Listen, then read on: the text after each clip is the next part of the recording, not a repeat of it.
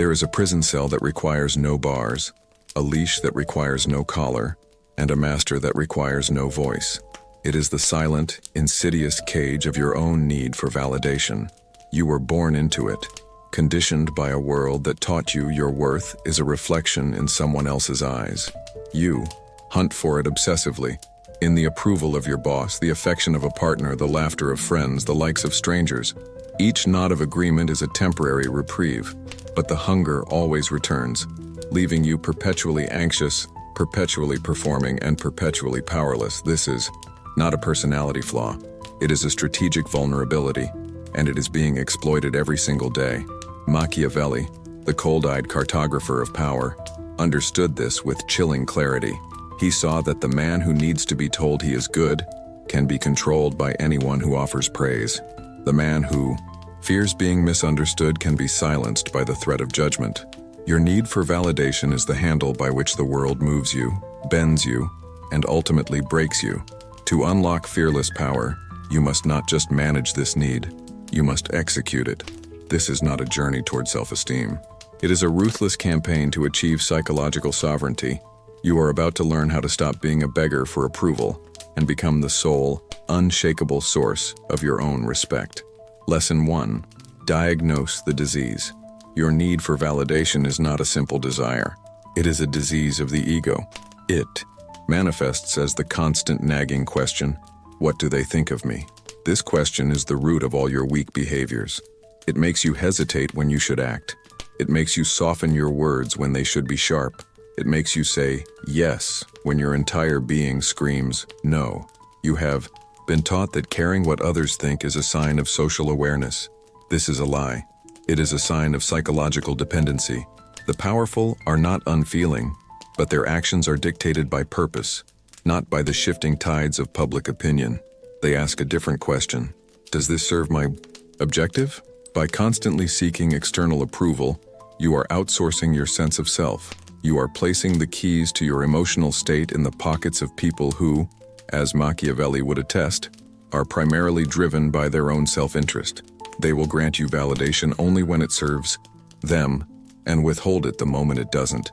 You are a puppet dancing for an audience that doesn't care about you, only about the show. The first step to freedom is to see this dynamic for the prison it is. Lesson 2. Understand the currency of respect. You chase validation because you confuse it with respect. They are not the same. Validation is cheap. It is given to the agreeable, the harmless, the entertaining. It is the pat on the head for the obedient dog. Respect, however, is a different currency entirely. It is not given, it is yielded. It is a tribute paid to strength, not a reward for niceness. People may like the jester, but they respect the king. The king does not ask if his crown looks good. He does not poll the court for their opinions on his decrees. His power is derived not from their approval, but from the consequences of his disapproval. You have been chasing the wrong currency. By seeking validation, you are asking, am I worthy? By commanding respect, you are stating, I am. This is a fundamental shift in posture, from kneeling to standing. The world does not respect those who ask for permission to be powerful. It steps aside for those who are. You have diagnosed the disease and understood the true currency you must pursue. Now, you must systematically dismantle the psychological infrastructure that keeps you addicted to validation. This requires the forging of new principles, a code of self-sovereignty that will feel like treason to the weak-willed. Part of you that still craves approval. This is the painful but necessary surgery. Principle 1. Become the sole source and arbiter. Your self-worth is a kingdom, and for too long you have allowed foreigners to sit on the throne. The first act of rebellion is to violently expel them. You must become the sole source and arbiter of your own value. This means your judgment of yourself must become louder and more absolute than the judgment of the entire world combined. How is this achieved? Through action and internal metrics. Set a difficult standard for yourself in your discipline, your work, your integrity. Then, measure yourself against that standard, and that standard alone. When you succeed by your own metrics, you grant yourself respect. When you fail, you hold yourself accountable. The opinions of others, their praise, their criticism, their indifference, become irrelevant noise. They are data points to be analyzed for strategic advantage, nothing more. An army that relies on a foreign nation for its supplies will always be a vassal state. A mind that relies on foreign approval for its worth will always be a slave. Principle 2. Master the unexplained action. The validation seeker feels a deep neurotic compulsion to explain themselves. They explain their decisions, their motives, their feelings, hoping that if others just understood them, they would approve. This is a fatal error. An explanation is a plea for legitimacy. It subordinates your reality to their judgment. To unlock fearless power, you must master the art of the unexplained action. You make a decision, and you let the decision stand on its own, without commentary or defense. You change direction, and you offer no justification. Your why is your own. This is terrifying to others, because it signals that you are operating on a logic they are not privy to. It creates an aura of mystique and unshakable conviction. It communicates that your actions are not up for debate. People may not like it, but they will be forced to respect it, because it is the behavior of a leader, not a follower. Stop explaining. Start acting. Let them wonder. Their confusion is a sign of your growing power. Principle 3. Transform insults into fuel. To the validation seeker, an insult is a wound. It is a direct attack on their fragile, externally sourced identity. Their reaction is emotional, defensive, and weak. To the fearless mind, an insult is fuel. It is a gift of pure, unfiltered energy. When someone attacks you, they are revealing their own insecurity, their own envy, their own position. You must train yourself to receive this energy, not with pain, but with a cold, analytical curiosity. Instead of feeling hurt, you feel a surge of power because your enemy has just shown you their hand. You absorb the energy of their attack and channel it directly into your mission. Their doubt fuels your discipline.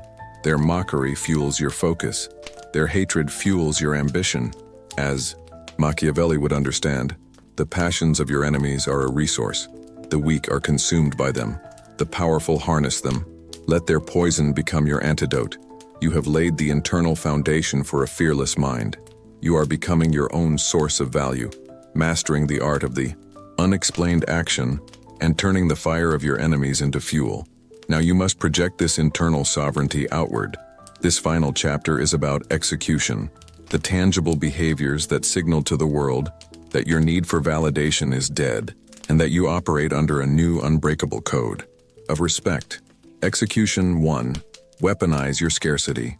The validation seeker is a creature of abundance. They are always available, always responsive, always willing. This abundance makes them cheap.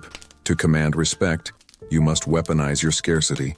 Your time, your attention, and your energy are your most precious non-renewable resources. You must treat them as such. Stop replying instantly. Stop being available for every request. Stop giving your attention to those who have not earned it.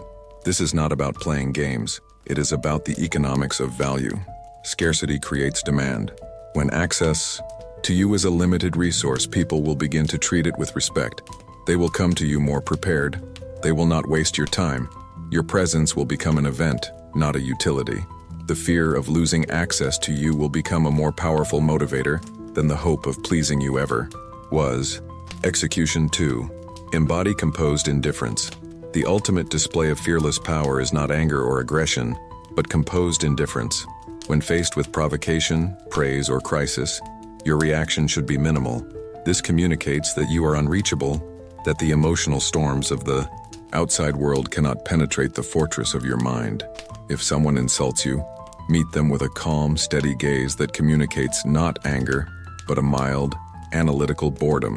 If someone praises you excessively, receive it with a polite but detached acknowledgement, signaling that their opinion, while noted, does not define you. This composure is deeply unnerving to others because it breaks the fundamental social contract of emotional reciprocity. They push, and you do not move. They pull, and you remain anchored. This demonstrates that you are the one in control, not of them, but of yourself, which is the only control that truly matters. The final state, fearless sovereignty.